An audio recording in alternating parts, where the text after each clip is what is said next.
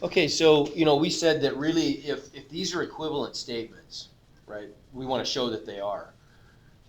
It really doesn't matter which side we start with, right? We could do a positive proof, which is like saying if we start with the limit of sine theta over theta as theta approaches 0 equals 1, and prove that this is true, which we did yesterday. But we could also do a negative proof, or a proof by negation, right? We could say something like, if the limit of 1 minus cosine theta over theta as theta approaches 0 did not equal 0, then this should not end up being true. Does that make sense? You get that? Okay, so let's try that one. You remember doing that in geometry? Does that make sense? Do you remember doing that? Like if you could show, if this is true, if you could say,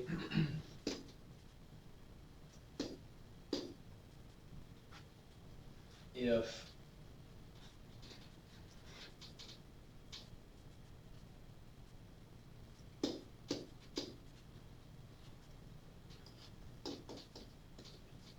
that's a way of representing if A, then B, right? Now do you remember, I gotta look something up real quick. I can't remember what the symbol is for not. It's just escaping me.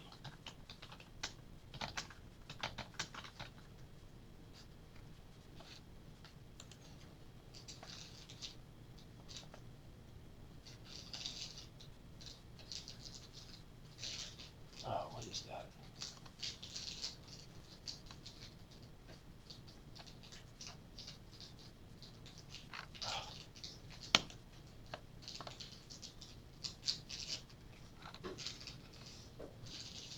I can't remember what it is.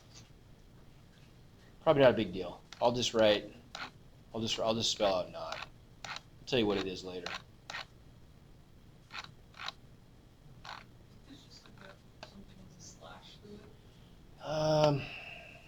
No, I'm pretty sure it's this. For today, we'll just say it. I'm pretty sure if you put an exclamation point in front, it means not. Okay. So this is equivalent to saying, this is perfectly equivalent to saying, not B. If not B, then not A. Okay. Does that make sense? If A, then B is like saying, okay, well then, if that's true, if A, then B, then saying if not B means it's not A, right? Okay, so we should be able to start with then something like our other statement, the limit of 1 minus cosine theta over theta as theta approaches 0 equals 0. What if we say, we assume that it's not equal to 0? Is it a line down on the right-hand side? I don't think so. No? I don't think so. What about a single quote? No, I thought it was an exclamation point. I mean, that's one of them. So the chart.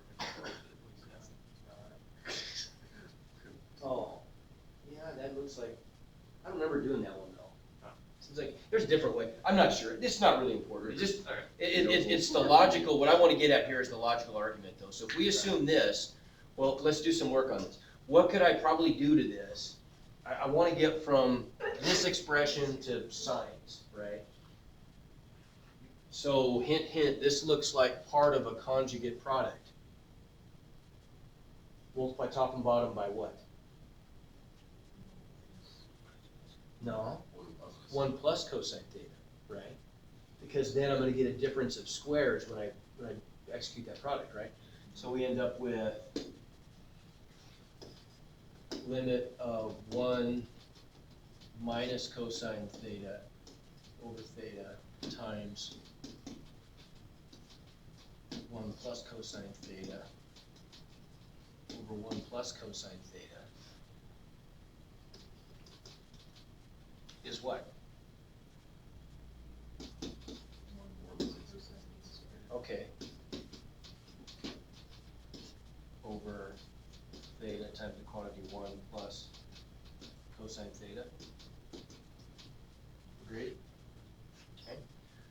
And so that's just sine squared, isn't it? See what I'm saying?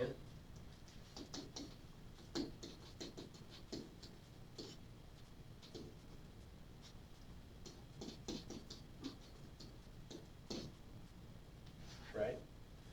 I can split this up though, can't I, into two products? Okay, or two factors, sorry. I could make that a sine theta over theta times a sine theta over 1 plus cosine theta, right? Everybody agree? Okay.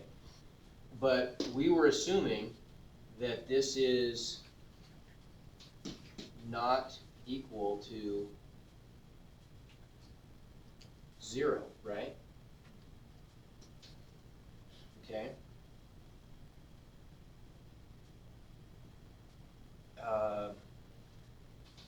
But look what happens then if we make the assumption that sine theta over theta equals 1. We still get 0, don't we? Does that make sense? And so that can't be true, right? If I take this limit, the limit is theta, as theta goes to 0, what is that limit? That's 1, isn't it? Right? Well, what's this one? 0. 0. Okay, but it can't, that's supposed to be, so that must have been a wrong assumption, right? Does that make sense? So in other words, we know that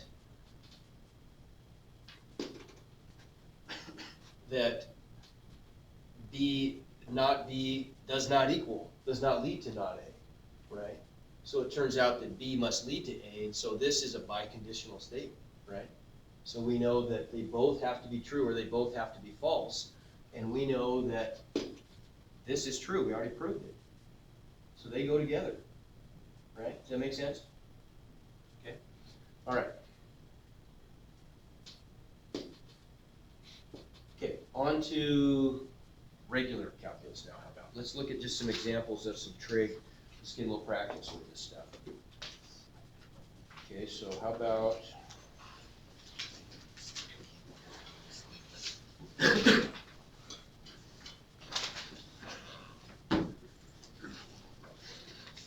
okay, that's just kind of fun stuff to look at. I'm not going to obviously test you on any of that, but I want you to be able to do the calculus. I want you to be able to take these limits, trig limits.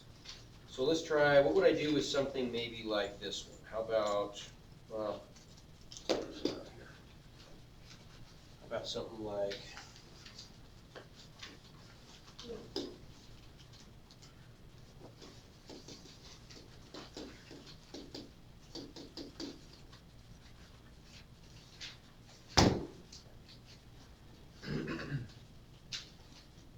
what do I always try to do first when I'm taking a limit? Yeah, let's try to directly evaluate. If I do that, what do I get? 0 over 0, so more work, okay? So my goal is I've got to coax out one of my two special trig limits. What are they again? The limit of sine theta over theta as theta approaches is 1, or the limit of, okay, good, the limit of 1 minus cosine theta over theta as theta approaches 0 is 0. Okay, those are my two special limits that will remove the indeterminacy. So I've got to somehow coax one or more of those out of this. Switch to the sine squared, cosine squared, and then Can't you just do it sine squared, sine theta, sine x over x times sine? Okay, good. Yeah, look what, when we write the abbreviation sine squared x, and sometimes it really pays to rewrite that. What does that really mean? At least in your mind, you're rewriting that as, Sine times sine of x. yeah, that really just means the quantity sine x squared, right? Okay, over x. And now we can juggle these, right? I've got two factors on the top. I'll associate one of those with the x on the bottom. we write this as the limit of sine x over x times, I used up one of those sine x's,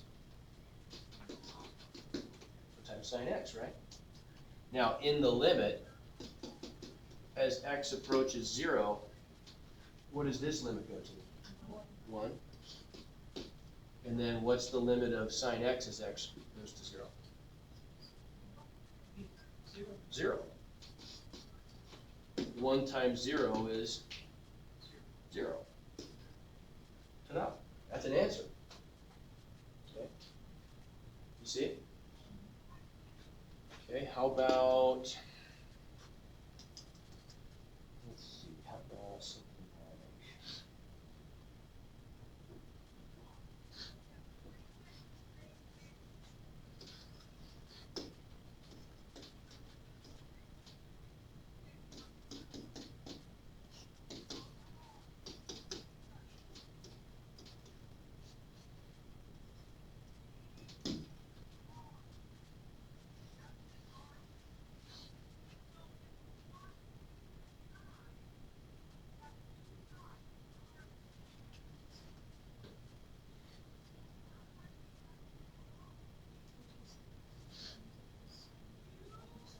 yeah, remember my goal is, I've got to get the argument of the sine, call it theta, to appear on the bottom and out here, right?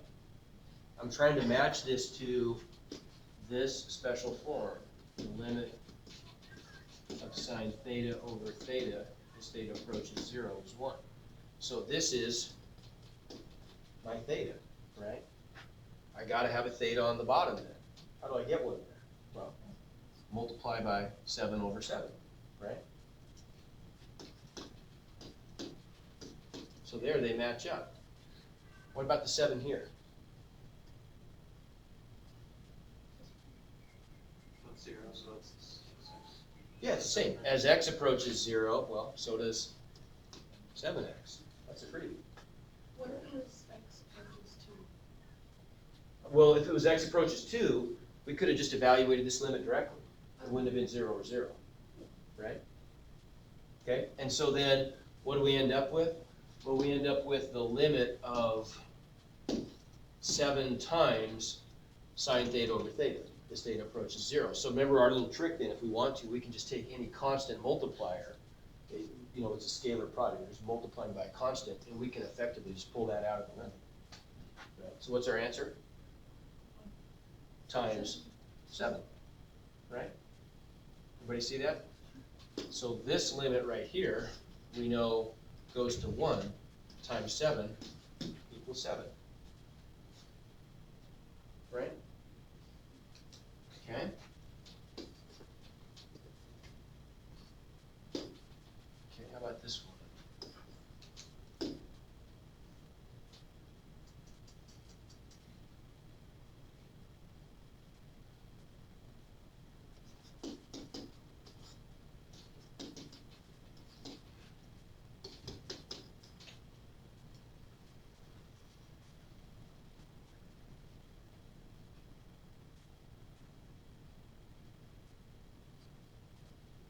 What do you think?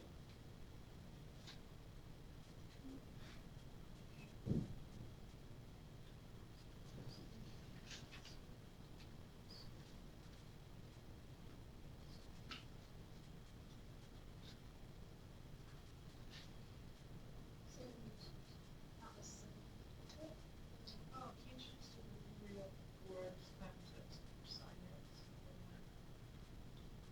Wouldn't it still equal 0, or not 0, but 1 as it approaches 0, if the 5 wasn't in there? Right. Okay, so you guys are trying to make this way too hard. So it's just Pretty 5. simple. This is by far the simplest one we've done, really. The answer is 5. 5. It's 5. Yeah. How come? Well, I've got this 5 being multiplied by x. I'll just associate those, right? It's that quotient times 5. That make sense? Same thing as So how is sine? pulling the 5 out front. So I've got the limit of 5, which is 5, times the limit of x over sine x, right? So this is like saying 5 times the limit of x over sine x as x approaches 0. Well, what about this one? That doesn't exactly match what we got up here, does it? The 1 over 1 is 1. Exactly, it is. And so technically, if I wanted to follow every rule exactly, what I really should probably do with this is rewrite this as 5 times the limit of 1 over sine x over x, right? Which would really just be saying the same thing as the limit of 1 is just 1.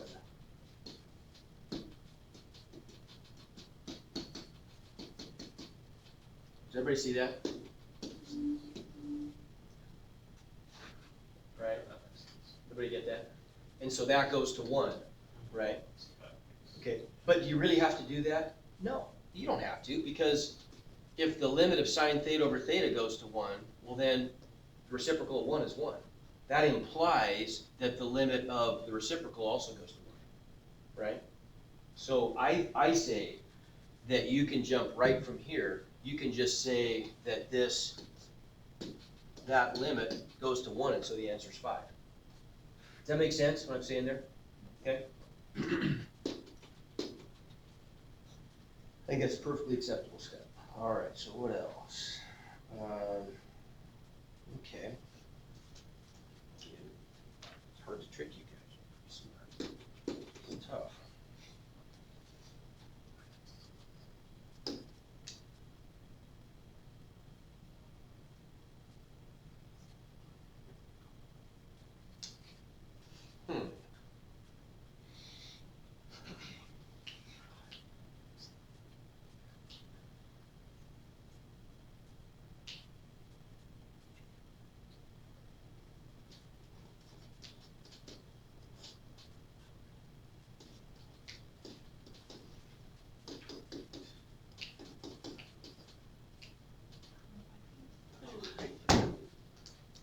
Any red flags popping up here? What exactly this two? The whole thing. Cotangent is That's cosine pi of halves. pi over- Oh, okay, is something, there should be a red flag, you should just be going, whoa, wait a minute here, hold on.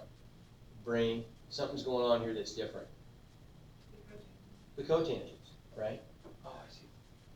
X is approaching pi halves. Our special limits are both cases where x approaches 0, right?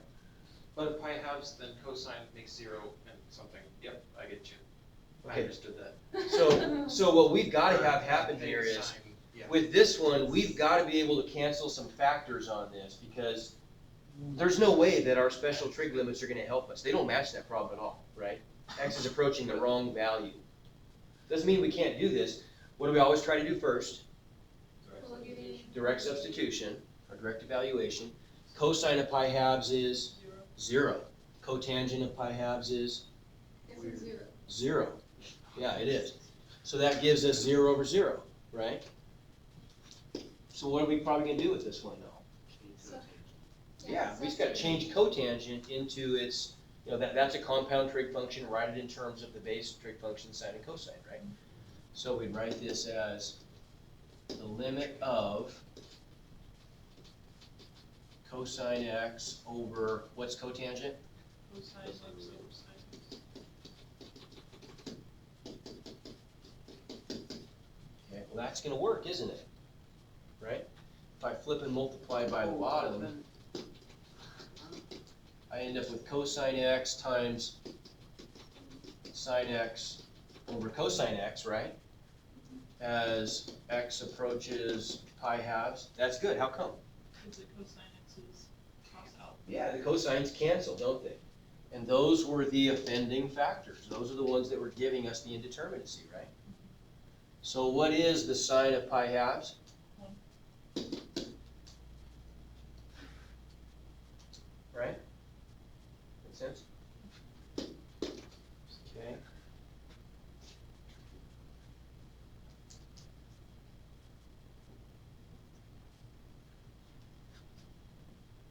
Okay. Oh, this is a good one. I like this one.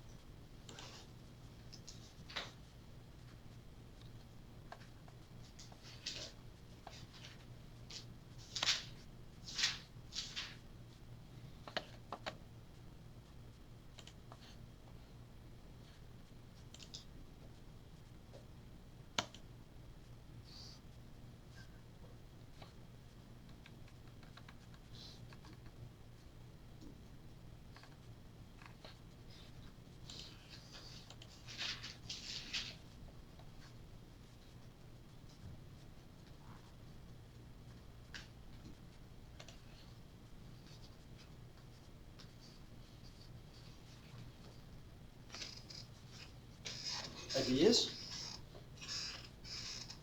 Here's some thinking going on. What do you think? Would you have to do substitution? No. Okay, so you don't use the doubling formulas? No, yeah, you don't have, my hint is, there's no trig shenanigans in this one at all. Pretty straightforward. The answer is gonna be 3/2, actually, but you're on the right track. How are you getting there? He's not two. Well, You can just multiply by, like, you can just multiply by 3 halves so that the numbers.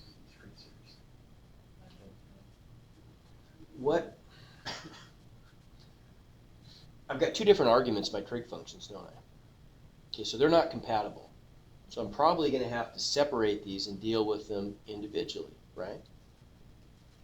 Okay, what could I do? What do I need to couple with the sine 2x in order to make that?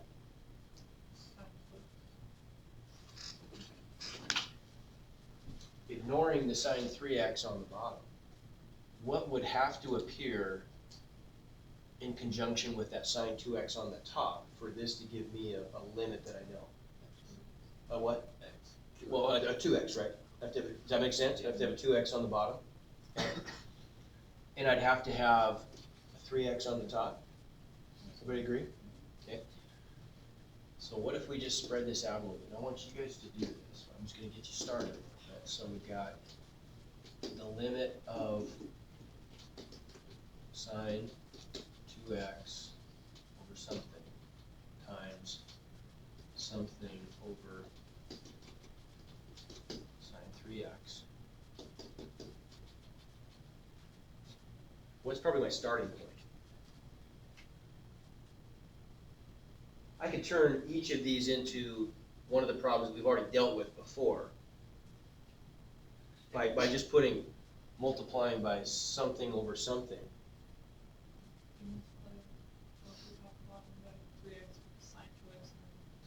Oh, okay, good. How about if we, for now, how about if we just do this? How about if I just multiply by x over x? I multiply by 1, right? Does that make sense? So then if I took this limit by itself, I know how to deal with that, right? Everybody gets that step, right? Okay. So if I take this limit by itself, that's the limit of sine 2x over x as x approaches 0. Been there, done that. Times this limit is the limit of x over sine 3x as x approaches 0. Been there, done that, right? Okay. So Michaela, what am I going to have to do to the first limit in order to make that one look right? I got a sine theta. I got to have a theta on the bottom there. What do you think? What needs to be there? 2.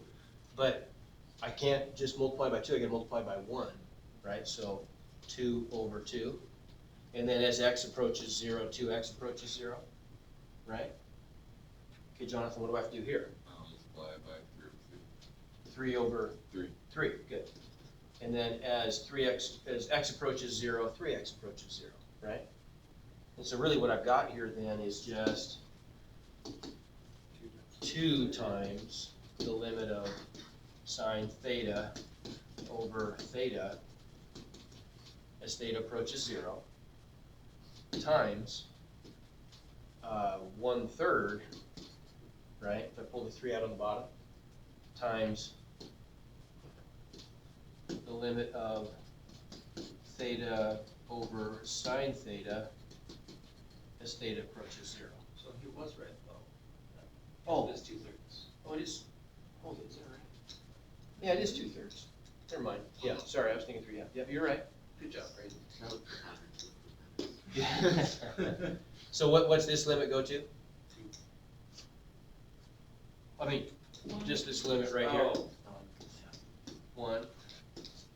Just that limit goes to 1. And so I get 2 times 1 times 1/3 times 1 is 2/3. So I'm just gonna go out here on one that says that's a coincidence. Or is that- Yeah, it was. Okay. Yeah. Of course it was. Don't rely on.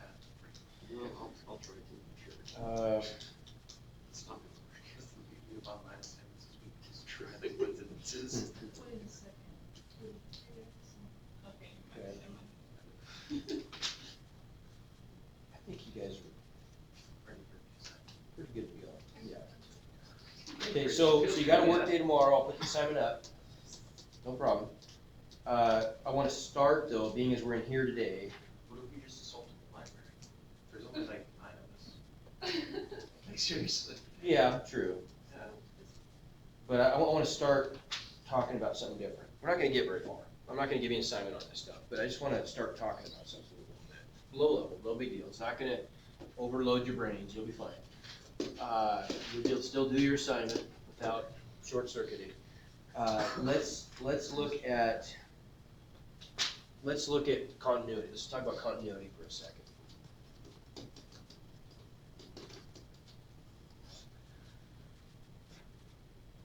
Talk to me about that. Have you heard that word before? What does continuity, do you suppose, mean in math? If a function is continuous on an interval, what's that mean? It Doesn't, okay, it's more than just that. If a function is continuous on an interval, and I'm gonna start with an interval. So let's say if f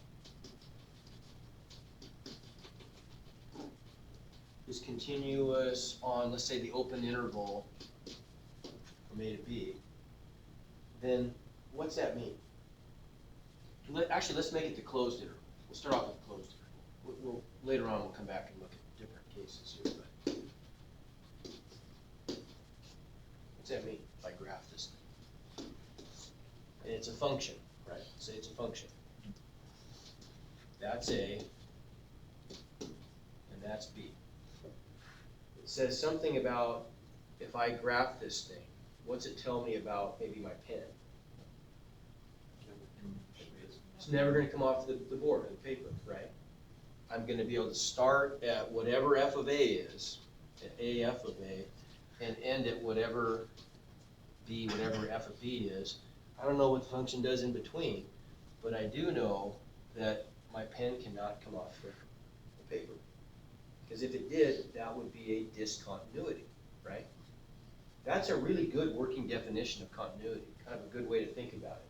Any function that's continuous on an interval means you can graph it without picking your pencil off the paper. It's not like those graphs that you showed us earlier where it's like, and it's like, So does that Right. mean Right. So it can't have any holes, can't have any breaks, can't have any vertical asymptotes, right? Does that make sense? Okay. So what if we want to focus on the continuity? Let's just pick some value of C on the interval between A and B. Okay? If C is greater than A and less than B, then what are the conditions that have to be met at any point C that I pick for this to be true? What do you think? There has to be a value. It has to be a value. So for one thing, so we want to come up with the conditions such that F is continuous at C for any C in the open interval A to B, right? Does that make sense? And what we're really talking about here is point continuity. What are the conditions for the function to be continuous at this point? But this point, we never pinned it down. It could be any point on our interval, right? So would you agree that if we can generally have some conditions that apply to any point C so that the function is continuous at that point, because C could be any point on the interval, we just proved, right, that the function would be continuous between the endpoints. That make sense? What our strategy is? So one of them is definitely that f of C exists. Has to exist. If it didn't, I'd have to pick my pen off there, right? Does that make sense? Okay. So for example, if it didn't exist, or maybe there's going to be some kind of vertical asymptote there or something, right? Okay. What about, okay.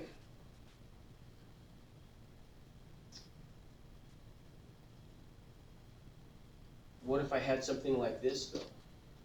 What if there were a hole in the function and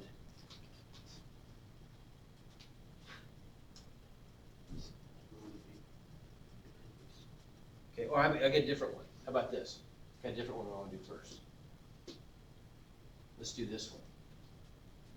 I'll try to mess you up here. Not mess you up, but force you to give me a different condition, because I can still meet this condition and not be continuous, right? I could do something like this. I could go.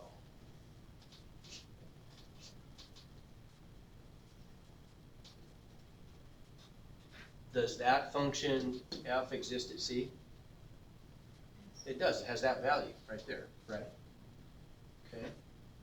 So I need another criterion that's gonna take care of this possibility, make this impossible.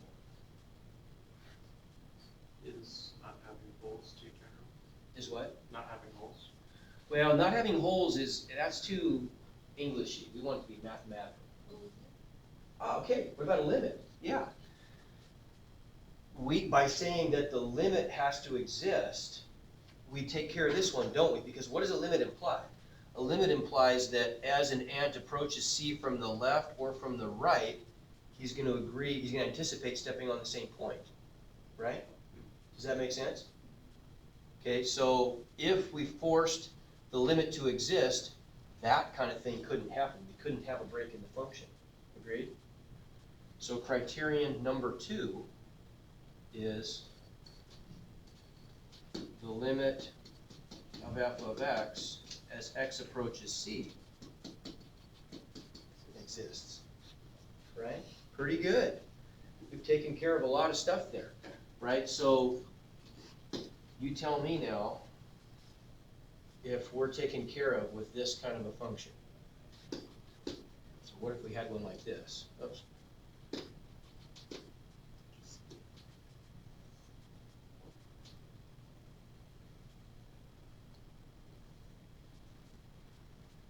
Are we covered for a function like that? Technically, we can, Yeah, I do. you have to draw a circle. But the circle's representative, right? Lose what you want. So are we covered? Did I fail? If I fail one of these criteria, then we're okay, because, right? Do our 2 criteria prevent this? Which one does, if one does? Number 1 does, yeah, because this function is not defined as C. So that one's taken care of. We took care of a break in the function, right? Criterion 2 prevented a break in the function. How about that?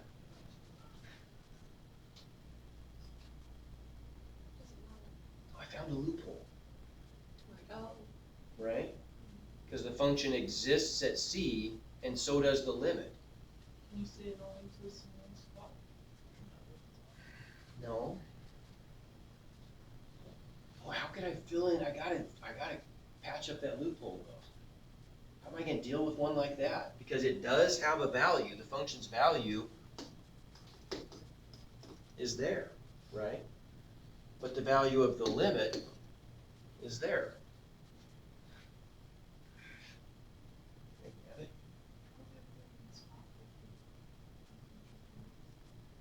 me think. so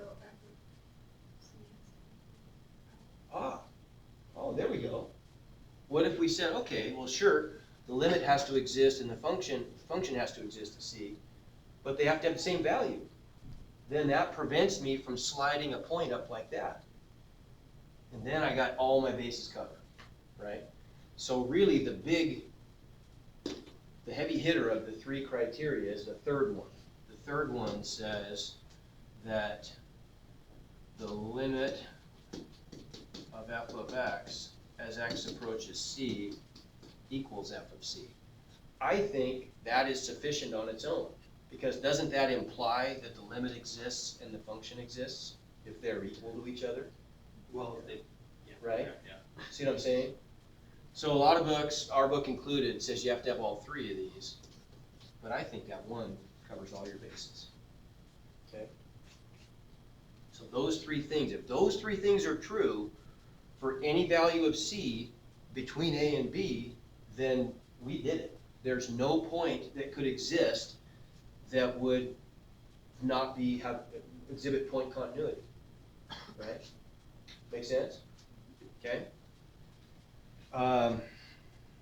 Okay, so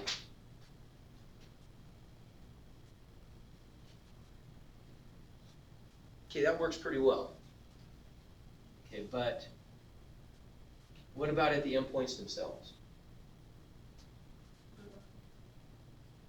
We have a problem applying this. We can take care of the infinite set of points between A and B, but what about at A and B themselves? What's the problem there? Say it again. They can't be like included with A and B. They have to follow like an asymptote almost. Well, okay. What if what prevents me from doing, so I can't do this, can I? Right? But what prevents me from doing this?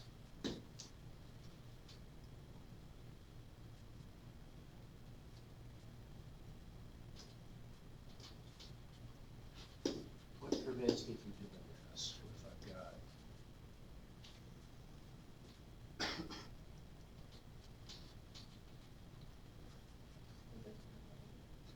Okay, but good, but there's the problem though. The limit, our limit is a regular limit. When we talk about limits, how do we always define limits? We define limits as the places that ants from the left and the right anticipate stepping. Can an ant approach from the right on this function? No. I mean, from the left. From the right you can, yeah, sorry. From the left you can't, correct? But doesn't that seem like that ought to apply? I mean, it seems like there ought to be a way around that. That's not fair. It's not even possible to have a two-sided limit at an endpoint. So what do we think we might do? Yeah, let's talk about a one-sided limit instead, right? What if we said, okay, so for every place in between A and B, these criteria make sense, right? Because it relies on the notion of a two-sided limit.